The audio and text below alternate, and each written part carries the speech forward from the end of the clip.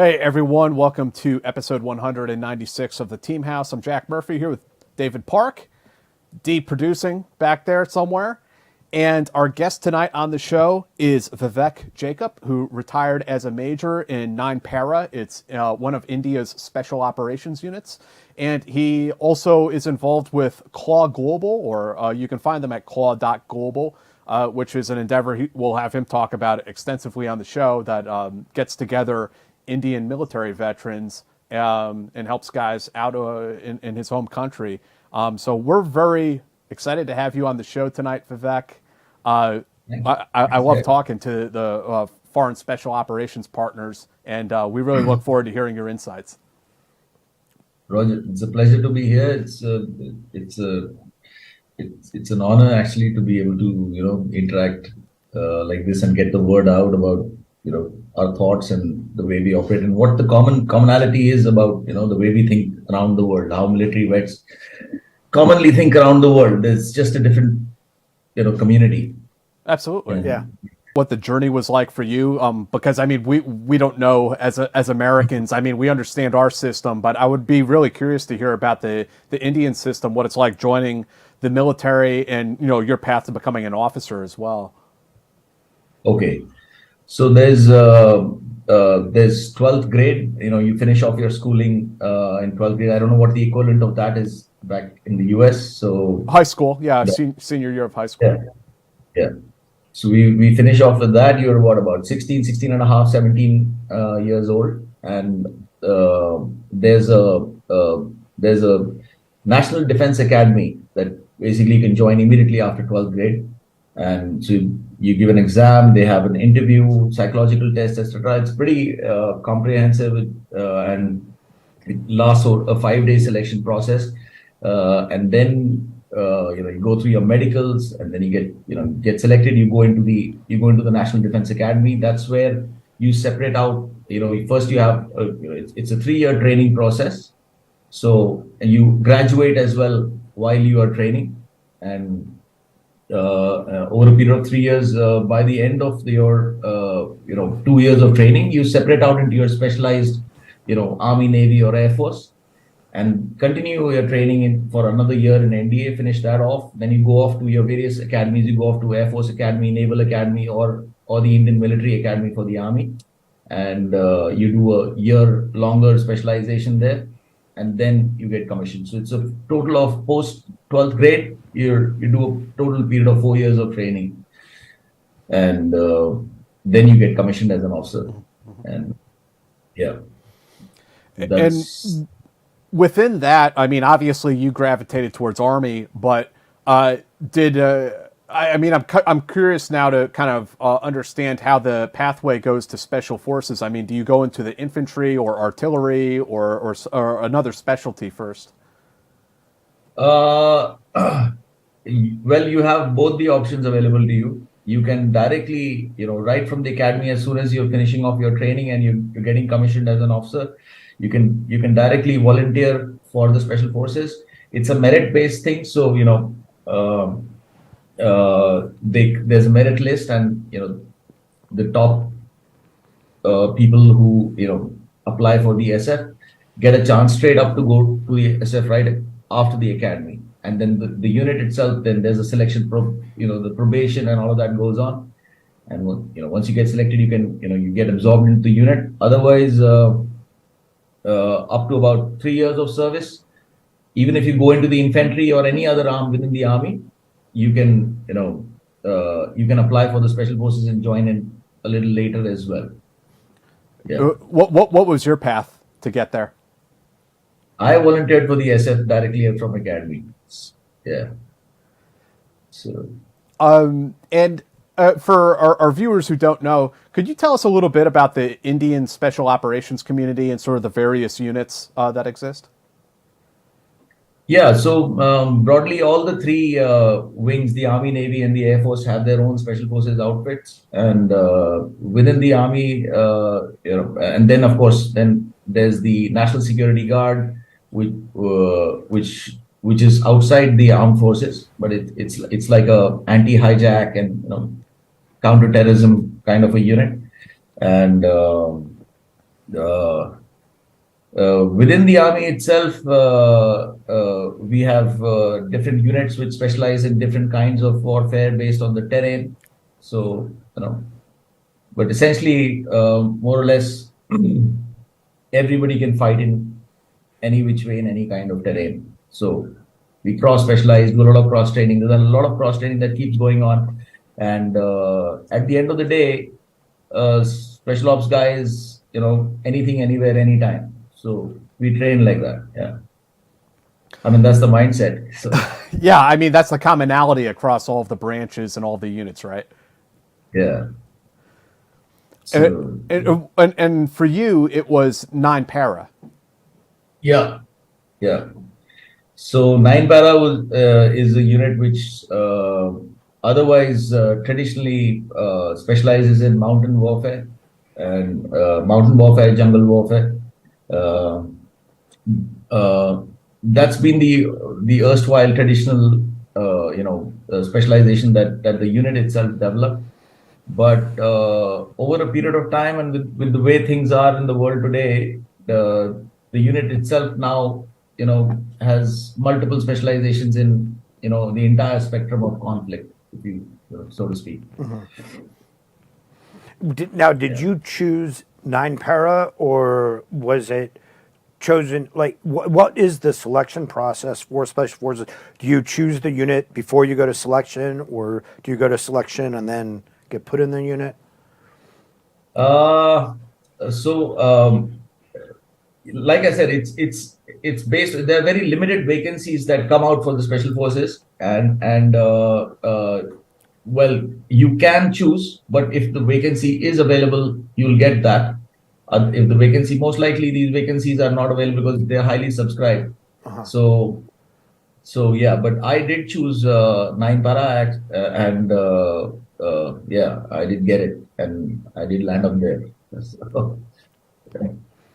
And so, what was it like when you first got there? As you were a young officer at the time, correct? Yeah, I was 21, I think, at that time. Yeah, yeah. So what was it like? What was it like? So I had no expectations as such. I had no expectations, or I had no I didn't calculate too much, as in what will happen if I don't make it, this, that, etc., etc. I didn't think too much about all of that. I was very inspired by by an officer we had who was our instructor, our directing staff in the academy itself. He was from 9 para, and you had to just look at the man to get inspired. So he was like that. One look I had at him, and I said, okay, that's where I'm going. So when I did land up there, I didn't really know anything much actually what goes on. I didn't have a clue at that time. This is back in 2002. So back in 2002, there wasn't so much internet and things like that. We were in academy as it is. You don't get any time, and straight out of academy into the special forces, straight into probation. And actually, I got a surprise when I landed up for probation. Probation at that time used to be for 3 months, a 3-month period. But when I joined, it converted into 6 months directly. So I spent 6 months under probation, and I didn't really have time to think about whether I'll clear it or not clear it, or what will happen if I don't, and things like that. It was just pretty intense when the whole thing was going on. The whole idea was to get through the next hour, the next hour, the next hour. So 6 months of getting through the next hour, and that's about it. Yeah. And I mean, could you tell us a little bit about like what it was like? I mean, I assume taking a command and suddenly you're in charge of all these special forces soldiers who are hardcore guys. I mean, what was that like as a 21-year-old officer? So in 9 para, you don't get command; you have to take command. It's like that.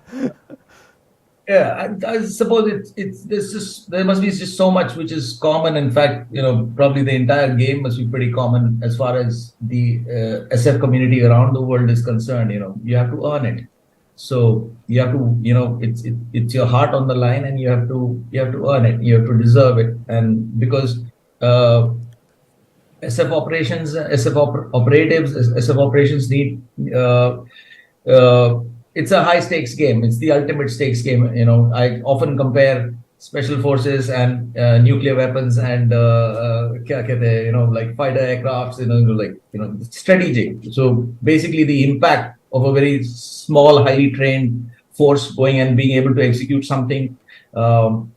In such a manner, like overt, covert, or clandestine, whichever way that it needs to be executed, and to be able to do that, and the nation's pride, the nation's strategic interests, all of that lies on your shoulders, on your ability to execute what you're being tasked, being able to execute it to the highest, possible precision. So, and ensuring the outcome. So so in these kind of places, your ranks don't carry too much weight, especially early on.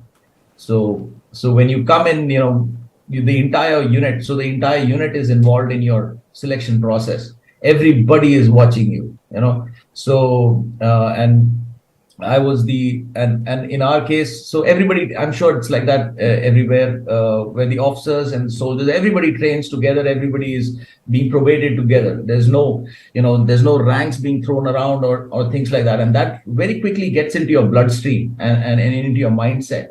So, and especially since I came directly from the academy, so you don't develop any airs or misnomers about what holding a rank means. So it's just about it's a functionality. So it's a superstructure in which these various positions are created for efficiency in operations. Not to spend time trying to dominate each other. It's more about how a team can work in unison and work in an organized manner and operate.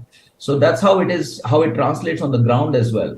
So when you come in and you're being probated and you're watched for these various traits on how confident are you in your own skin, and if all the trappings are taken away from you, what is the man that remains there, right?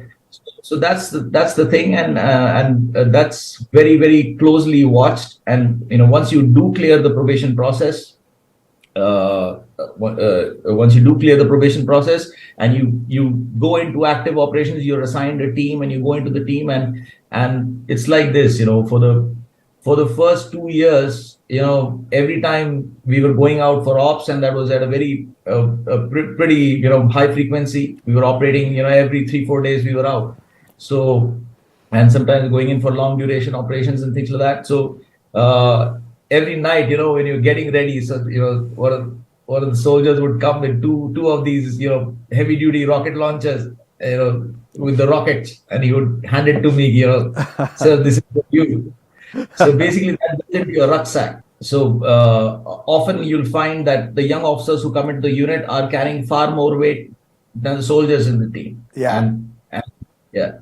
So it's like that, and then they watch you in combat as well. So for me, actually, it was a slightly different story.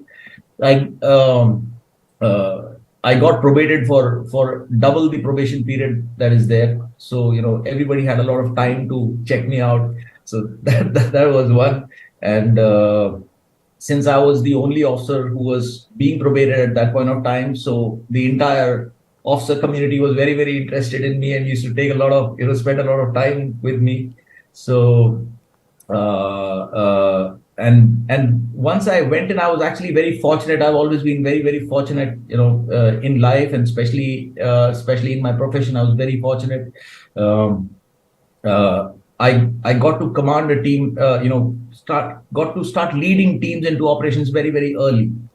The situations kind of turned out like that. It was pretty high intensity going on, and somehow my superiors took a, kind of fait accompli. Plus, they kind of trusted me out because the first time I went out, I got into combat straight away. So, it doesn't happen very easily like that, but right from the word go, I finished my probation, came into the teams, went into my team, and the first time my team went out, and the first time I was in a squad, my squad went into contact, and I saw that contact. I experienced that. So right from the word go, I've been very, very fortunate to have these experiences and to always walk away with having done what one does. So like that, yeah. So it was very intense, very interesting, and it just kept building up and building up and building up like that. Just kept going higher. Yeah.